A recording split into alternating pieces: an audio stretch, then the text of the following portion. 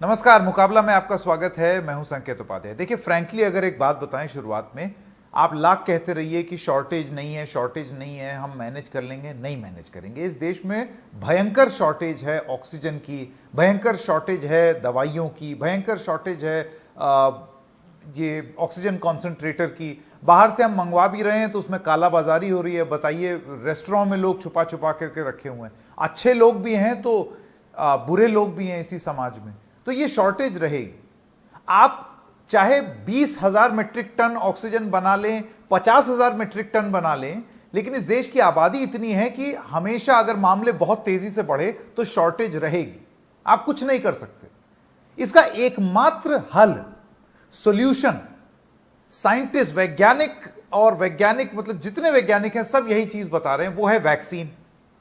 लेकिन अब देखिए, उसमें भी शॉर्टेज। 3,000 कंपनियां हैं, फार्मा कंपनीज इस देश में, लेकिन वैक्सीन कितनी बना रही हैं? 2। और लोगों को लाइसेंस दिया जा रहा है, लेकिन 2 ही हैं, भारत बायोटेक और सीरम इंस्टीट्यूट। कितनी वैक्सीन बना लेंगे? वो भी धीरे धीरे करके अपनी वो बढ़ा रहे हैं कैपेसिटी। इस सब के चलते हुए एक प्रावधान है हिंदुस्तान के कानून में जो ये कहता है कि ऐसी आपातकाल की स्थिति में सरकार ये तय कर सकती है कि सिर्फ कुछ ही कंपनी क्यों बनाए। अगर आपको बहुत सारी वैक्सीन बहुत जल्दी चाहिए तो सब लोग इस काम में लग जाएं ताकि जल्दी से जल्दी ज्यादा वैक्सीन बन जाए। इसको लेकर के WTO में भी मामला गया है। उसमें कुछ ऐसे मुल्क हैं जो कि उनके देश में जो कंपनियां हैं उनके चलते, उनके दबाव में आकर के कह रहे हैं नहीं, ऐसा नहीं होना चाहिए। इसको कहते हैं ट्रिप्स वेवर। लाइसेंसिंग होती है कि मुझे लाइसेंस है ये बनाने की, मैंने इसको दे दिया। सरकार आपातकाल की स्थिति में यह कर सकती है कि अब सब बनाए, कोई लाइसेंस की जरूरत नहीं, हमने वेव कर दिया लाइसेंस। तो क्या अभी वक्त की पुकार यह है कि सरकार इस किस्म का कानून जो कि उसके पास है, आपातकाल में ही इस्तेमाल करने के लिए कानून है, उसका उपयोग करके अब सब कंपनियों को बोले कि जल्दी से जल्दी वैक्सीन बनाओ, वरना तो हमेशा ही किसी ना किसी चीज की शॉर्टेज रहेगी इस देश में। हम कोरोना से जंग जीत नहीं पाएंगे। यह है आज हमारा मुकाबला का टॉपिक। मैं स्वागत करना चाहता हूं हमारे मेहमानों का। पवन खेड़ा प्रवक्ता हैं कांग्रेस पार्टी के, हमारे साथ जुड़ गए हैं विजय जौली, नेता भारतीय जनता पार्टी, अजय शर्मा वकील सुप्रीम कोर्ट ऑफ इंडिया में, और अंश सिंह लूथरा, आप वकील हैं दिल्ली हाई कोर्ट में। आप सबका बहुत बहुत स्वागत। मैं शुरुआती वक्तव्य के लिए सब लोगों को 1 मिनट का समय दूंगा। पवन खेड़ा जी, सबसे पहले आपसे शुरू करते हैं, आपका समय शुरू होता है अब। मैं आपकी टिप्पणी सुन रहा था संकेत जी। 7 कंपनियां वैक्सीन बनाने वाली भारत सरकार की हैं। क्या उनमें से किसी एक का भी उपयोग कोविड की वैक्सीन बनाने के लिए किया जा रहा है या नहीं? 2011 में यूपीए की एक वैक्सीन नीति आई थी, राष्ट्रीय वैक्सीन नीति आई थी। उसके तहत पीपीपी मोड पर भी जोर दिया गया था। उस नीति को रिवर्स इस सरकार ने क्यों किया? आज देश ये उत्तर भी जानना चाहता है। आपने 35,000 करोड़ वैक्सीन प्रोजेक्ट के लिए आवंटित किया। खर्च कितना किया? 4,744 करोड़। वो जो 35,000 करोड़ था, उससे 50 करोड़ हिंदुस्तानियों को वैक्सीन मिल जाती। 700 रुपए प्रति हिंदुस्तानी, 2 डोज, लॉजिस्टिक्स इंक्लूडेड। आज जितना आपने खर्च किया है उसमें सिर्फ और सिर्फ 7 करोड़ हिंदुस्तानियों को आप वैक्सीन देते हैं। आप खर्च नहीं कर पा रहे 35,000 करोड़। इतनी मारामारी है वैक्सीन, लोगों को वैक्सीन नहीं मिल रही और आप पैसा नहीं खर्च कर बिल्कुल पा रहे। इसका जवाब कौन देगा? बिल्कुल जी। मैं आपके पास वापस आऊंगा पवन जी, 1 मिनट का समय खत्म हो गया। विजय जौली जी, आप जवाब दे दें, पहले तो अपना शुरुआती वक्तव्य दे दें।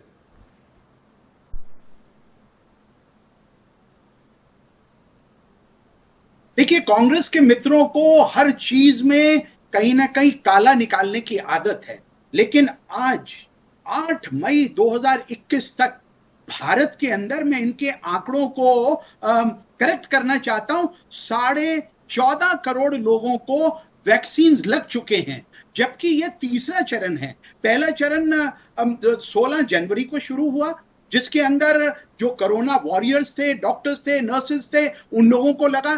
दूसरा 1 मार्च 2021 से 60 साल और उससे ऊपर की आयु के, और अब थर्ड चरण 1 मई 2021 से 18 से 45 साल की उम्र के लोगों को वैक्सीन सक्सेसफुली लग रहे हैं और आज की तिथि में 14.5 करोड़ भारतीयों को इंजेक्शंस लग चुके हैं। इसलिए मेरे कांग्रेस के मित्र गलत आंकड़ों को टीवी की डिबेट्स के ऊपर आकर ना पेश करें, इससे वैसे ही उनकी छवि कम ठीक है। मुद्दा लेकिन थोड़ा सा कुछ और था। देखिए, मुद्दा ये था कि हम लोगों को और करने की जरूरत है या नहीं। हमारी आबादी ऐसी है, उसमें 14 करोड़ क्या है विजय जौली जी, वो कहीं बिल्कुल गिनती में ही नहीं आता है। खैर, मैं आऊंगा आपके पास वापस। अंश सिंह लूथरा जी, आपका 1 मिनट। 1 मिनट का समय दिया अभी। संकेत जी, मैं ये कहना चाहूंगा, मैं आज असमंजस में हूँ। हमने एक तरफ मुझे गर्व होता है कि कोवैक्सीन जैसी बहुत बढ़िया वैक्सीन बनाई है जिसकी एफिकेसी की सराहना डॉक्टर फाउची जैसे एक्सपर्ट कर रहे हैं। दूसरी तरफ मुझे दुख होता है कि भारत की वैक्सीन होने के बावजूद, गवर्नमेंट ऑफ इंडिया को इसका इंटेलेक्चुअल प्रॉपर्टी ओनर के होने के बावजूद हम इसकी पर्याप्त मात्रा में इसको बना नहीं पा रहे, प्रोडक्शन बढ़ा नहीं पा रहे, किफायती बना नहीं पा रहे, अपने गरीब नागरिकों को, अन्य नागरिकों को ये वैक्सीन दे नहीं पा रहे। हम vaccine factory of the world कहलाए जाते हैं, लेकिन हम अपनी ही डिमांड पूरी नहीं कर पा रहे हैं। हमें ये रियलाइज करना चाहिए that no one is safe till everybody is safe. सबकी सुरक्षा में आपकी सुरक्षा है। कुछ बड़ी कंपनियां और बड़े देश पेटेंट की आड़ में, प्रॉफिट की आड़ में ये लाइसेंस नहीं दे रहे। Section 92 Indian patents act compulsory licensing की आपातकाल की स्थिति में बात करता है, जिसके तहत प्रोडक्शन बढ़ाई जाए, लाइसेंस दिया जाए एक ऑफिशियल गजेट में नोटिफिकेशन के बाद। और इसमें हम बिग फार्मा का राइट भी नहीं छीनते, हम उनको भी एक लाइसेंस भी देते हैं। जी ठीक है। अजय शर्मा जी, आपका 1 मिनट प्लीज सर। देखिए, देश में जो इस टाइम महामारी का दौर है, उस दौर को देखते हुए और अदरवाइज भी हमारे भारतीय संविधान में ये प्रावधान है कि आर्टिकल 21 ये कहता है कि right to health is a right covers under right to life, और ये गवर्नमेंट की जिम्मेदारी भी है under article 47 to take care of the health of its citizens.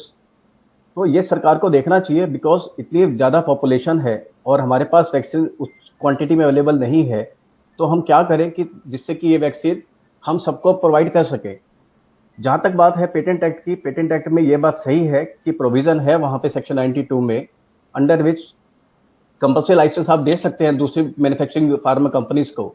लेकिन साथ साथ हमें ये भी देखना होगा कि जो इसके ऑनर है, पेटेंट ऑनर्स है, जिनकी वैक्सीन ओरिजिनली है, उनका भी राइट वायलेट ना हो और उनके साथ भी कोई नाइंसाफी ना हो। तो सबको एक बैलेंस बना के, एक हार्मोनियस कंस्ट्रक्शन बना के इसमें हमें चलना पड़ेगा।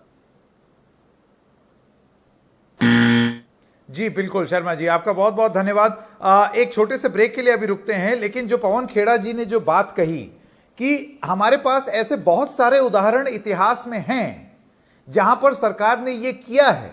बहुत सारी ऐसी दवाइयां थीं जिसको हम लोगों ने ये लाइसेंस वाला क्लॉज लगा करके, कंपलसरी लाइसेंस क्लॉज लगा के खूब सारी मैन्युफैक्चर की और उसके बाद उसका दाम भी कम हुआ।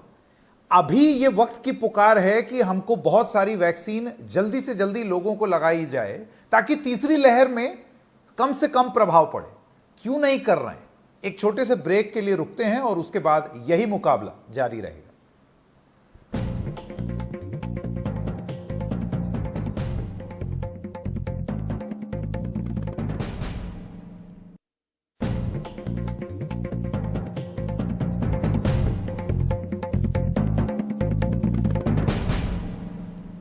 मुकाबला भाग 2 में आपका स्वागत है। पवन खेड़ा जी, आपने अपने शुरुआती वक्तव्य में एक बात यह बोली कि किस तरीके से कंपलसरी लाइसेंसिंग हो सकती है।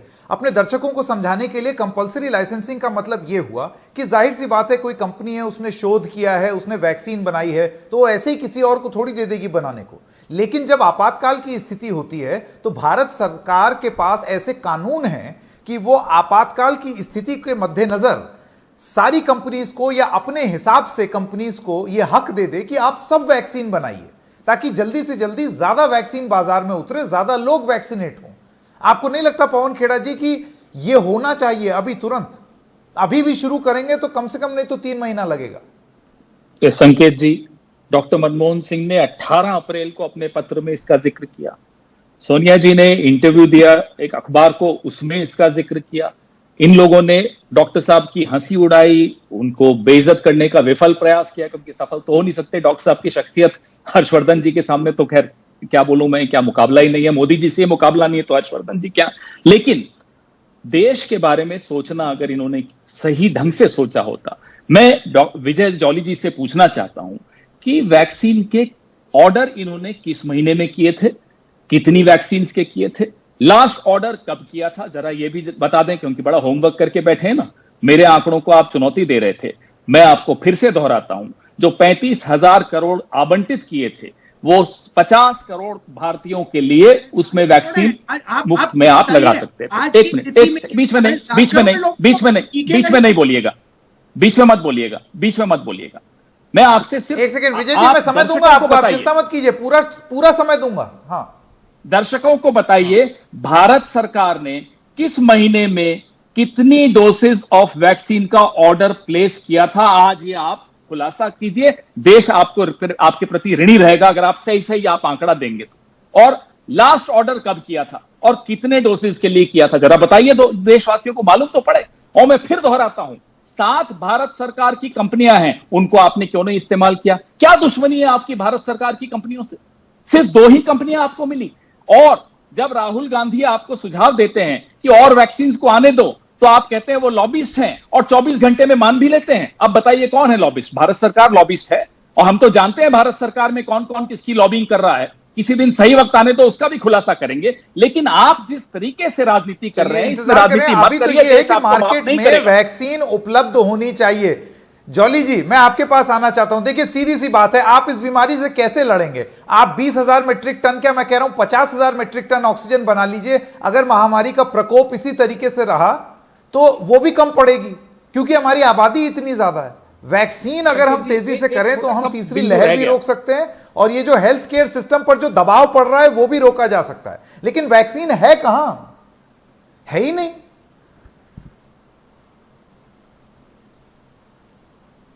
देखिए विजय जी, पवन जी कुछ कहना चाहते हैं? और जी, मैं एक पॉइंट और कहना चाह रहा हूं संकेत जी, आपकी अनुमति। देखिए, मैं आपको और अपने पहले एक सेकंड विजय जी अपना खत्म कर ले, पवन जी उसके बाद आपके पास। ठीक है, ठीक है, विजय जॉली जी आप अपनी बात कह लें। हाँ।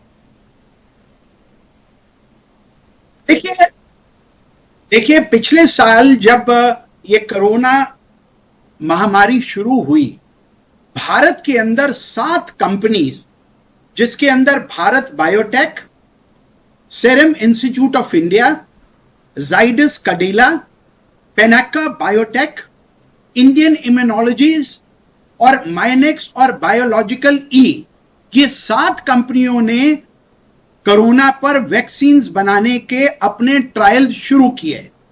और वो ट्रायल्स के अंदर 2 कंपनीज के ट्रायल पहले चरण के, दूसरे चरण के और तीसरे चरण के, जिन ट्रायल्स के बाद जो बायोटेक की, भारत बायोटेक की कोरोना इंजेक्शन था, कोवैक्सिन और सेरम इंस्टीट्यूट ऑफ ये सवाल ही नहीं है। सवाल ये है कि आपातकाल की स्थिति देखते हुए, भारत के आपातकाल की स्थिति देखते हुए ये जो अप्रूव्ड वैक्सीन हैं, ये बाकी क्यों नहीं बना सकते? मैं समझता हूं कि मैं अपनी बात तो पूरी करूं। आपकी स्थिति, आप स्थिति को कैसे देखते हैं, हम कैसे स्थिति को देखते हैं? आप कांग्रेस के मित्र जो बोल रहे हैं उनको बोलने देंगे, और मैं जब बोलूंगा तो बीच में आप रोकेंगे, मेरे फ्लो को ठोकेंगे, ये ठीक नहीं है। बिल्कुल नहीं रोकूंगा आपको विजय जी। 7 कंपनीज में से 2 कंपनीज में भारत के ड्रग रेगुलेटर ने 2 इंजेक्शंस को अप्रूव किया, और 2 कंपनीज को जो अप्रूव किया, पहली कंपनी जो बायोटेक है उसने 70 मिलियन डोजेस को पहले चरण में निकाला। ये मैं पवन जी की बात का प्रति उत्तर दे रहा हूं।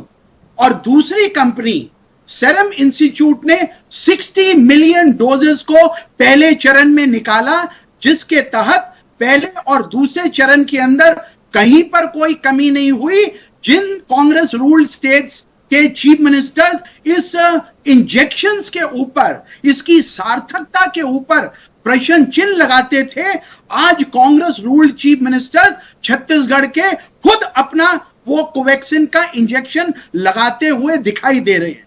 इसलिए जो इन्होंने मनमोहन सिंह जी की बात करी, जो उन्होंने राहुल गांधी जी की बात करी, मनमोहन सिंह जी ने तो जो बातें कही, उनके ऊपर भारत सरकार पहले से ही काम आगे बढ़ा चुकी थी। इसलिए हम उनकी बात को कोई गिराने की बात नहीं करते हैं, लेकिन जो मनमोहन सिंह जी ने कहा, उनके कहने से 15 दिन पहले भारत सरकार ने जो जो कदम उठाए थे, वो उनके लेटर के जवाब में भारत के स्वास्थ्य मंत्री डॉक्टर हर्षवर्धन, जिनका मजाक ये अपने कांग्रेस के प्रवक्ता उड़ाते हुए दिखाई दे रहे हैं, शायद मैं इनको बताना चाहता हूं, इसी सरकार के तहत जहां दुनिया के अंदर चाहे चाइना था, चाहे अमेरिका था, वहां पर उनके कंपैरिजन और उनके कंपटीशन के अंदर भारत के अंदर जॉली जी, अब मैं वापस, आपने अपना वक्तव्य दे दिया, आपने अपनी बात कह दी, लेकिन एक कार्यक्रम हम एक बहुत ही पॉइंटेड चीज पर कर रहे हैं। जो पहले किया वो हो गया ना विजय जॉली जी। अब स्थिति ये है कि अब शॉर्टेज है। संकेत जी, अभी वैक्सीन की शॉर्टेज है, इसकी आपूर्ति आप कैसे करेंगे? क्योंकि इस रेट पे अगर हम चलते रहे तो हम तीसरी लहर नहीं रोक पाएंगे। ये एक्सपर्ट्स का कहना है, मेरा नहीं, आपका नहीं। आप संकेत जी, सही, Russian Sputnik 5 covid under the Russian direct investment fund जो साइन हुआ है भारत की 6 मैन्युफैक्चरिंग कंपनी से, उनके तहत डॉक्टर रेड्डी लेबोरेटरीज और उसके साथ साथ 6 कंपनीज के साथ रशिया की बनी हुई स्पुतनिक जो 5 कोविड-19 की मशीन है, वो भारत में बनेगी। जी डॉक्टर जॉली, हम परिचित हैं इस बात से, आप कहते हो इस बात से परिचित है, लेकिन ये बात दूसरी हो रही है। सब्जी का बात नहीं है, जिसके अंदर सब्जी बेचने के लिए, सब्जी उगाने के लिए, सब्जी खाने के लिए, सभी की लाइफ को किस तरह की बातें कर रहे हैं? गंभीर विषय है, देश जानना चाहता है। नहीं, ये डॉक्टर जॉली, सब्जी कहां से आ गई? हम वैक्सीन की बात कर रहे हैं, सब्जी की नहीं। बना रखा है जॉली साहब। देखिए, जो आपने जो चीजें बताई, पवन खेड़ा जी, मैं जल्दी से आप क्योंकि कुछ बोलना चाहते थे, डॉक्टर जॉली, मैं आपके पास वापस आऊंगा। देखिए, इसमें सब्जी की बात नहीं हो रही। संकेत जी, जो उस समय की आपकी टाइमलाइन थी वैक्सीन की, अभी उसके हिसाब से हम नहीं चल सकते। ये एक जंग लड़ी जा रही है, आपको हफ्तों में काम करना है, महीनों में नहीं। तो ऐसे में हम जल्दी से जल्दी वैक्सीन कैसे बनाएं? बहुत जल्दी पवन खेड़ा, उसके बाद मेरे और मेहमान। पवन खेड़ा कुछ बोलना चाहते थे, जवाब देना चाहते, जल्दी से। कर्नाटक के मुख्यमंत्री, क्या मध्य प्रदेश के मुख्यमंत्री, क्या भारतीय जनता पार्टी शासित अन्य राज्यों के मुख्यमंत्रियों ने नहीं आपत्ति की कि हमारे पास वैक्सीन नहीं है? बता दें अगर इन्होंने देखा नहीं है तो मैं इनको याद दिला दूं। क्या 1 मई को लॉन्च हो गया आपका 18 से 45 की आयु के लोगों के बीच में? जाकर पूछिए बंगाल में क्या हालत है, क्या वैक्सीन मिल रही है? कलकत्ता में नहीं मिल रही, दुर्गापुर में नहीं मिल रही। आप शहरों का नाम मैं आपको ले लेता हूं, आप फोन करके आप हो गया है, लेकिन कहां मिल रही है? और अगर स्पुतनिक लॉन्च हो गई है, लोगों को मिल भी रही है, लेकिन कम मिल रही है। मनमोहन सिंह जी ने बात की थी स्पुतनिक या बाकी वैक्सीन की, तब आपने क्यों उनकी हंसी उड़ाई थी? आप ये राजनीति करना बंद करिए, सब्जी भाजी करना बंद करिए। लोगों के स्वास्थ्य के साथ खेल रहे हैं, लोगों के जिंदगी के साथ खेल रहे हैं। आप छत्तीसगढ़ की बात करते हैं, बीच में मत बोलिए, बीच में मत बोलिए। संकेत जी, मेरे बारी के वक्त आप इनको बीच में बोलने से रोकेंगे तो आपकी कृपा होगी, नहीं तो मैं इन्हें नहीं बोलने दूंगा, कोई फायदा नहीं होगा डिबेट का। इन्हें कहिए बीच में बोलने की आदत बड़ी खराब है इनकी। जब इनको एक एक करके, ठीक है, ये जो राजनीतिक पारा है, इसको नीचे करना पड़ेगा। मेरे और 2 मेहमानों के पास में जाना चाहता हूँ। आप झूठ पर क्या मजाक है? जब एक सेकंड, ऐसे मुकाबला नहीं हो पाएगा, ऐसे हम बात और जब मैं आपको ढंग की नहीं कर पाए। पवन जी, आप कंक्लूड करिए। मैं आप बोलने नहीं दूंगा। नहीं, ये सब्जी भाजी की बात हो रही है क्या? बीच में बोल रहे हैं सब्जी भाजी लगा रखी है, गंभीरता नहीं। पवन जी अपनी बात खत्म कर लें, उसके बाद में और मेहमानों पे जाऊंगा। जल्दी से पवन जी। देश को आप शक्ल दिखाने के लायक नहीं रहे हैं, इसलिए आप इस तरह की मजाक मत किया कीजिए। अब गंभीरता से बात करिए। मुझे आप बताइए, आपने अभी तक जवाब नहीं दिया, कब आपने वैक्सीन का ऑर्डर दिया था? कितनी वैक्सीन का ऑर्डर दिया था? और आप कब तक अपनी पीठ थपथपा गए थे जनवरी में कि अगस्त में 300 मिलियन लोगों को वैक्सीन लगा देंगे? प्रधानमंत्री जी ने कहा था, उनकी जबान पे किसी को भरोसा नहीं रहा है। इस बात से ज्यादा शर्मनाक बात किसी नहीं हो सकती किसी देश की। प्रधानमंत्री का इकबाल खत्म हो जाए, उससे बड़ा अपमान किसी देश का नहीं होता है। ये आप समझ लीजिएगा। ये बीजेपी कांग्रेस की बात नहीं है, वो मेरे देश के प्रधानमंत्री हैं, और मेरे देश के प्रधानमंत्री का इकबाल खत्म हो गया, उनकी जबान पे किसी को भरोसा नहीं रहा। अब उनका मजाक उड़ने लग जाए तो ये अच्छी बात नहीं होती किसी देश के लिए। ये बात मुझे और आप दोनों को गंभीरता से लेनी चाहिए।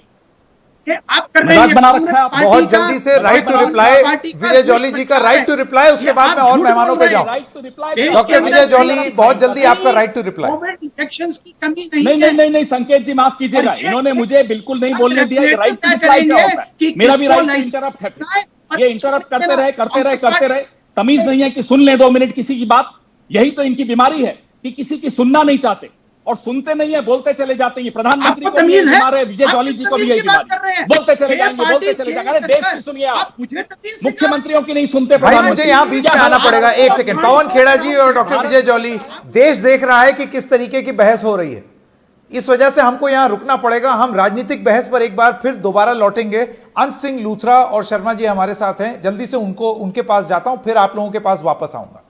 लूथरा जी, सवाल बहुत ही पॉइंटेड था। वो ये था कि अब तक हमने जो किया वो एक रणनीति के हिसाब से किया। जाहिर सी बात है इस दूसरी लहर ने सब कुछ अस्त व्यस्त कर दिया है। आज भी अगर हम कंपलसरी लाइसेंसिंग पर काम शुरू करते हैं तो उस पर अमल होते होते कई महीने लग जाएंगे। आपको क्या लगता है कि इस पर प्रक्रिया कैसे शुरू हो सकती है? ये मामला सुप्रीम कोर्ट में भी है। आप देख रहे हैं सुप्रीम कोर्ट ने ऑक्सीजन वाला मामला टास्क फोर्स बना करके अपने अधीन ले लिया है। सुप्रीम कोर्ट ने इस पर भी सवाल पूछे हैं केंद्र से कंपलसरी लाइसेंसिंग पे। आप एकदम ठीक कह रहे हैं और हमें ये रियलाइज करना चाहिए कि वायरस पॉलिटिक्स के बारे में कंसर्न नहीं है। वायरस डिस्क्रिमिनेट नहीं करता और सबको होता है, चाहे वो किसी भी पार्टी का हो, किसी भी देश का नागरिक हो। हमें ये रियलाइज करना चाहिए कि ये गली क्रिकेट नहीं है जहां सिर्फ जिसके पास बैट है वही वैक्सीन बनाएगा। हमें ये लाइसेंस, चाहे वॉलंटरी लाइसेंस हो जो इंडियन गवर्नमेंट का खुद का है, सबको देना चाहिए, गवर्नमेंट एंटिटी को, प्राइवेट एंटिटी को। हमें कंपलसरी लाइसेंस सबको देना चाहिए और बिग फार्मा को उसमें एक लाइसेंस फी भी मिलती है, जैसे मैंने पहले बताया, तो हम उनका हक नहीं छीन रहे हैं। और आपने एकदम सही बोला, सुप्रीम कोर्ट में भी ये मामला है। सुप्रीम कोर्ट ने सेंट्रल गवर्नमेंट को कहा है कि आप इन प्रोविजंस पे विचार करिए। उसके जवाब में सेंट्रल गवर्नमेंट के एफिडेविट में ये आया है कि 10 कंपनियों से बात चल रही है जो सरकारी कंपनियां हैं। हमें ये नहीं देखना चाहिए कि आज सरकारी कंपनी को सिर्फ दिया जाए, हमें प्राइवेट कंपनी को भी देना चाहिए। प्राइवेट कंपनी और तेज इस काम को कर सकेगी, कितनी और कितनी प्रोडक्शन फार्मा बढ़ा कंपनी है पाएगी, जो भारत में वैक्सीन बना सकती है। हम 800, लूथरा जी, मैं आपसे जानना चाहता हूं, आप बताइए कितनी कंपनियां हैं भारत में जो कि वैक्सीन बना सकती है, और अगर हम प्रोडक्शन खोलते हैं तो हम कितनी जल्दी वैक्सीन बना सकते हैं? संकेत जी, आपको आश्चर्य होगा, हम पूरे विश्व की 60% वैक्सीन बनाते हैं। हम हर साल 800 करोड़ से ज्यादा वैक्सीन बनाते हैं, कोरोना की ना हो लेकिन दूसरी बीमारियों की वैक्सीन बनाते हैं। अगर हम उस 800 करोड़ की कैपेसिटी में से कुछ प्रतिशत, 10% भी यूटिलाइज करें कोरोना वैक्सीन के लिए, तो इसकी प्रोडक्शन कई गुना बढ़ाई जा सकती है, जिससे दाम कम हो सकता है, गरीब को वैक्सीन मिल सकती है, हर नुक्कड़ पे ये वैक्सीन मिल सकती है और लोगों की जानें बच सकती हैं। आज मुद्दा ये नहीं है कि हम पॉलिटिक्स करें, आज मुद्दा है कि हम जानें बचाएं। बिल्कुल सही बात है, मैं आपसे एकदम सहमत हूं। शर्मा जी, मैं आपसे ये जानना चाहता हूं, इसमें 2 ही अड़चन है। एक तो ये कि सरकार ये क्लॉज को इन्वोक करे और उसके बाद इसका प्रोडक्शन शुरू हो, और दूसरा ये जो बड़ी बड़ी कंपनियां हैं जिनके पास इंटेलेक्चुअल प्रॉपर्टी है, जाहिर सी बात है पेटेंट राइट्स होती हैं कि भाई मैंने मेहनत करके वैक्सीन बनाई, ऐसे ही कैसे सब में बांट दें। लेकिन ये क्या एक स्थिति है अभी इस तरीके से सोचने के लिए? बहुत सारी बड़ी कंपनियां हैं, उनका यही मानना है कि बड़ा गड़बड़ हो जाएगा। जर्मनी, वर्ल्ड WTO में जर्मनी का यह कहना था कि सीवियर कॉन्सिक्वेंसेस हो जाएंगे इसके। इससे ज्यादा सीवियर क्या हो सकता है जो बीमारी दस्तक दे रही है? देखिए संकेत जी, आ गई। हाँ, देखिए संकेत जी, इसमें कोई दो राय नहीं है कि इस वक्त जो महामारी सब जगह फैली हुई है उससे बड़ी मुसीबत कुछ भी नहीं है। और लेकिन हमें एक चीज देखना होगा कि अगर पेटेंट में छूट मिल भी जाती है तो काफी चुनौतियां हमारे सामने होंगी। सबसे पहला तो ये है कि अगर मान लीजिए कुछ कंपनीज को छूट मिल भी गई ये मेडिसिन बनाने के लिए, वैक्सीन बनाने के लिए, सबसे पहली चुनौती है क्वालिटी कंट्रोल। जो वैक्सीन दूसरी कंपनीज बनाएंगी उनकी क्वालिटी कौन मॉनिटर करेगा? क्या वो क्वालिटी, उनकी गुणवत्ता वही होगी जो मेन कंपनी मॉनिटर करेगी? दूसरी बात, उनकी एफिकेसी क्या होगी? क्या वो दवाइयां नहीं, एक सेकंड, मैं आपसे एक काउंटर सवाल अगर पूछ दूं। शर्मा जी, आप मुझे बताइए कि जो सीरम इंस्टीट्यूट बना रही है उसकी क्वालिटी कौन इंश्योर कर रहा है? ये सब DCGI के अधीन ही होता है ना, drug controller general of India, बाकियों का भी होगा। नहीं, बिल्कुल ठीक है सर, लेकिन देखिए जब एक ही वैक्सीन को 10 कंपनी अलग अलग बनाएंगी, तो अगर मान लीजिए किसी एक कंपनी के वैक्सीन से कहीं कोई साइड इफेक्ट या कहीं कोई नुकसान होगा, तो जनरल परसेप्शन यही बनेगी कि शायद ये ओवरऑल वैक्सीन ही शायद सुटेबल नहीं है और ये फिट नहीं रहेगी। सबसे पहली चीज तो यही है। और दूसरी बात ये तो है एक ऐसी चीज है जिसपे काम किया जा सकता है ना। हाँ, काम किया जा सकता है, लेकिन सबसे जो मेन मुद्दे वाली चीज ये है जिसको लेके बिग फार्मा कंपनीज को प्रॉब्लम, वो ये है सर, कोई भी वैक्सीन हो, चाहे कोई डायग्नोस्टिक किट हो, चाहे कोई ट्रीटमेंट किट, ट्रीटमेंट कुछ प्लान हो, रातों रात नहीं बनता सर। उसके लिए कंपनीज को बहुत पैसा खर्च करना पड़ता है, बहुत इन्वेस्टमेंट करनी पड़ती है, पूरी रिसर्च डेवलपमेंट की उनकी टीम होती है जो सालों काम करती है। तो इतना सब करने के बाद अगर आप उनका पेटेंट किसी दूसरी कंपनी को दे देंगे, वो भी बिल्कुल नॉमिनल प्राइस के ऊपर। शर्मा जी, बिल्कुल मैं आपकी बात समझ रहा हूं, लेकिन लूथरा जी ऐसा है कि भारत में भी काफी सारी कंपनियों को शोध के लिए पैसा सरकार से मिला। अमेरिका में भी अगर आप कंपनियों से बात कर लें, जर्मनी में कंपनी की बात कर लें, इनको सरकारों से शोध का पैसा मिलता है। तो ऐसा नहीं है कि सारा पैसा अपनी जेब से लग रहा है। दूसरी चीज, आप वैक्सीन जान बचाने के लिए बना रहे हैं ना, और अगर आप जान ही नहीं बचा पाएंगे तो ऐसा लाइसेंस लेकर आप क्या करेंगे? संकेत जी, आप एकदम ठीक कह रहे हैं। आपके माध्यम से मैं ये जरूर बताना चाहूंगा कि 1.2 बिलियन डॉलर यानी 8-8.5 हजार करोड़ का ऑर्डर यूएस ने दिया जिससे ये वैक्सीन तैयार हुई। 870-890 करोड़ यूके ने एस्ट्राजेनेका को और ऑक्सफोर्ड यूनिवर्सिटी को इनिशियल फंडिंग दी जिससे ये वैक्सीन तैयार हुई। तो ये जो वैक्सीन तैयार हुई है ये पब्लिक मनी से तैयार हुई है। जरूर इसमें बिग फार्मा की भी इन्वेस्टमेंट है, लेकिन ये कहना गलत है, ये कहना गलत है कि सिर्फ बिग फार्मा की है। और इंडिया के केस में जब intellectual property government of India की है, हम उसके इंटेलेक्चुअल प्रॉपर्टी के मालिक हैं, तो हम वॉलंटरीली क्यों नहीं लाइसेंस दे रहे? हम आगे बढ़ के ये बहुत जरूरी बात है दे रहे कि सरकार छीन के सब लोगों को दे। इससे ज्यादा ये क्यों नहीं हो सकता शर्मा जी कि बड़ी कंपनियां अपने आप टाई अप करें और बढ़ चढ़ के करें? कर रही हैं, ऐसा नहीं है, टाई अप हो रहा है, लेकिन और तेजी से क्यों नहीं हो सकता? ये वक्त की पुकार है जी। अगर हम कंपल्सरी लाइसेंस की बात करते हैं तो वहां पे बगैर उनके कंसेंट के, परमिशन के, जो पेटेंट ऑनर है गवर्नमेंट ये डायरेक्शन इशू करती है कि उनकी मेडिसिन दूसरी कंपनी बनाएंगी। मेरा ये मानना है कि अगर गवर्नमेंट को कंपल्सरी लाइसेंस भी देना है तो एटलीस्ट पहले जो बिग फार्मा कंपनीज हैं, जो मेन स्टेक होल्डर्स हैं, उनके साथ पहले नेगोशिएट करें, उनसे पहले बैठ के बात करें ताकि उनके भी इंटरेस्ट अफेक्ट्स ना हो इसके अंदर। संकेत जी, मैं एक छोटी सी जानकारी और देना चाहूंगा। 102 सेक्शन 102 इंडियन पेटेंट्स एक्ट इसकी बात करता है कि अगर हमें चाहिए तो सरकार ये पेटेंट खुद खरीद भी सकती है। हमें हर प्रोविजन का इस्तेमाल करना चाहिए, हम खरीद ही लेते हैं जाके, हमें क्या दिक्कत है?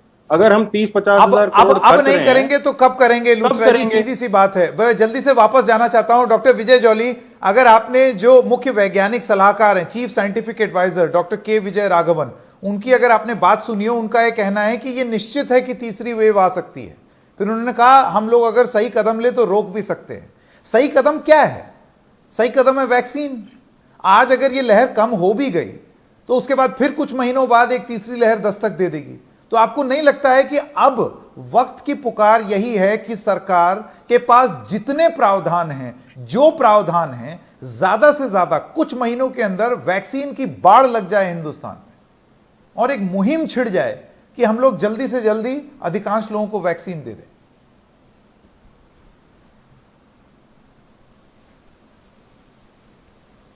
देखिए, गवर्नमेंट ऑफ इंडिया का ये पूरा एम है कि भारत के सभी लोगों को कोरोना वैक्सीन लगे और कोरोना से उनको बचाया जाए। इसलिए गवर्नमेंट ने उन सभी फॉरेन अप्रूव्ड जो रेगुलेटर्स हैं और जिनकी मेडिसिन्स यूएस में, यूके में, यूरोपियन यूनियन में और जापान में भी हैं, उनको फास्ट ट्रैक कर रही है गवर्नमेंट ऑफ इंडिया, ताकि जो आप बात कह रहे हैं उसके अंदर सहायता भी हो सके और सहायक भी हो सके।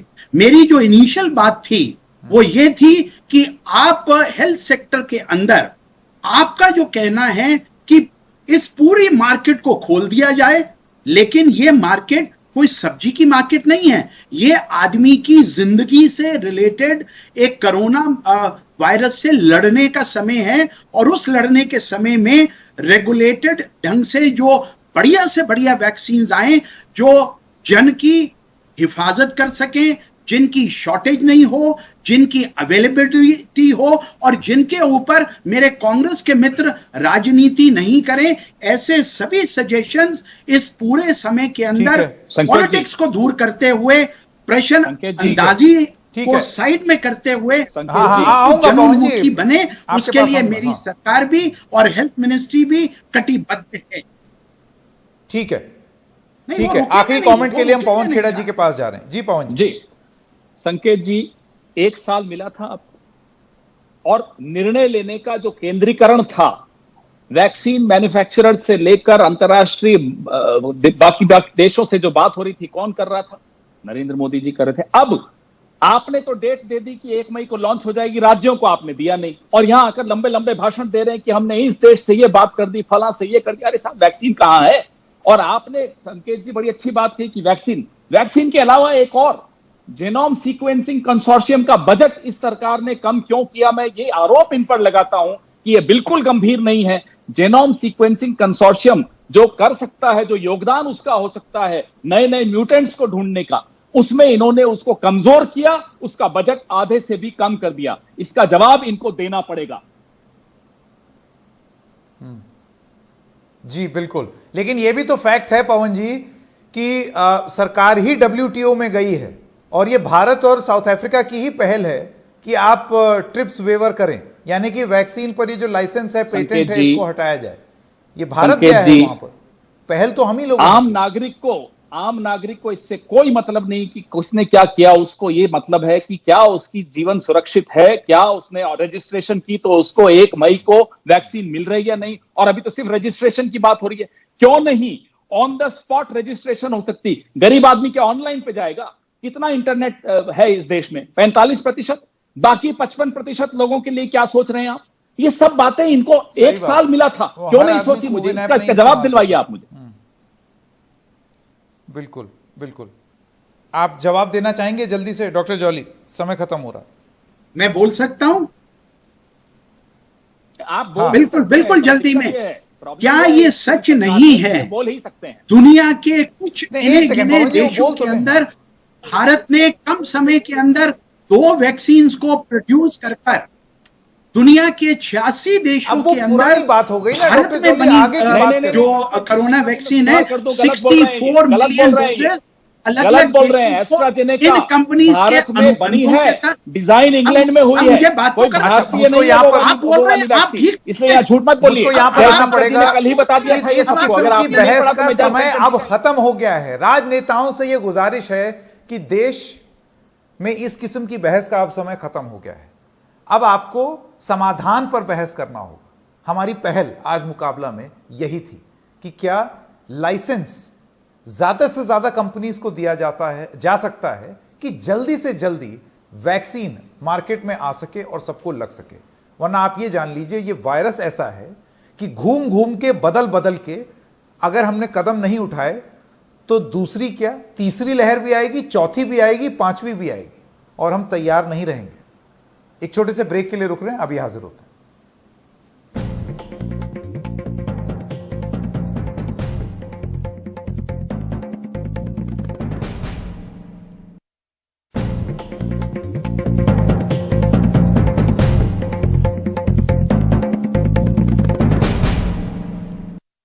कर्नाटक के मुख्यमंत्री, क्या मध्य प्रदेश के मुख्यमंत्री, क्या भारतीय जनता पार्टी शासित अन्य राज्यों के मुख्यमंत्रियों ने नहीं आपत्ति की कि हमारे पास वैक्सीन नहीं है? बता दें अगर इन्होंने देखा नहीं है तो मैं इनको याद दिला दूं। क्या 1 मई को लॉन्च हो गया आपका 18 से 45 की आयु के लोगों के बीच में? जाकर पूछिए बंगाल में क्या हालत है, क्या वैक्सीन मिल रही है? कलकत्ता में नहीं मिल रही, दुर्गापुर में नहीं मिल रही। आप शहरों का नाम मैं आपको ले लेता हूं, आप फोन करके आप हो गया है, लेकिन कहां मिल रही है? और अगर नहीं, लॉन्च हो गई है, तो लोगों को मिल भी रही है, लेकिन कम मिल रही है। मनमोहन सिंह जी ने बात की थी स्पुतनिक या बाकी वैक्सीन की, तब आपने क्यों उनकी हंसी उड़ाई थी? आप ये राजनीति करना बंद करिए, सब्जी भाजी करना बंद करिए। लोगों के स्वास्थ्य के साथ खेल रहे हैं, लोगों के जिंदगी के साथ खेल रहे हैं। आप छत्तीसगढ़ की बात करते हैं, बीच में मत बोलिए, बीच में मत बोलिए। संकेत जी, मेरे बारी के वक्त आप इनको बीच में बोलने से रोकेंगे तो आपकी कृपा होगी, नहीं तो मैं इन्हें भी नहीं बोलने दूंगा, कोई फायदा नहीं होगा डिबेट का। इन्हें कहिए बीच में बोलने की आदत बड़ी खराब है।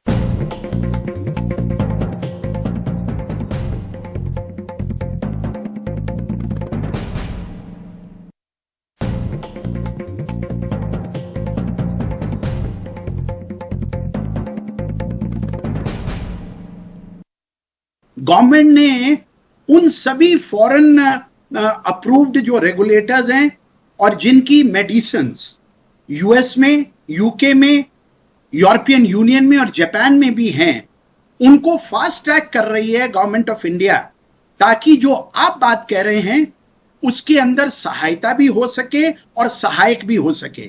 मेरी जो इनिशियल बात थी वो ये थी कि आप हेल्थ सेक्टर के अंदर आपका जो कहना है कि इस पूरी मार्केट को खोल दिया जाए, लेकिन ये मार्केट कोई सब्जी की मार्केट नहीं है, ये आदमी की जिंदगी से रिलेटेड एक कोरोना वायरस से लड़ने का समय है, और उस लड़ने के समय में रेगुलेटेड ढंग से जो बढ़िया से बढ़िया वैक्सीन आए जो जन की हिफाजत कर सकें, जिनकी शॉर्टेज नहीं हो, जिनकी अवेलेबिलिटी हो और जिनके ऊपर मेरे कांग्रेस के मित्र राजनीति नहीं करें।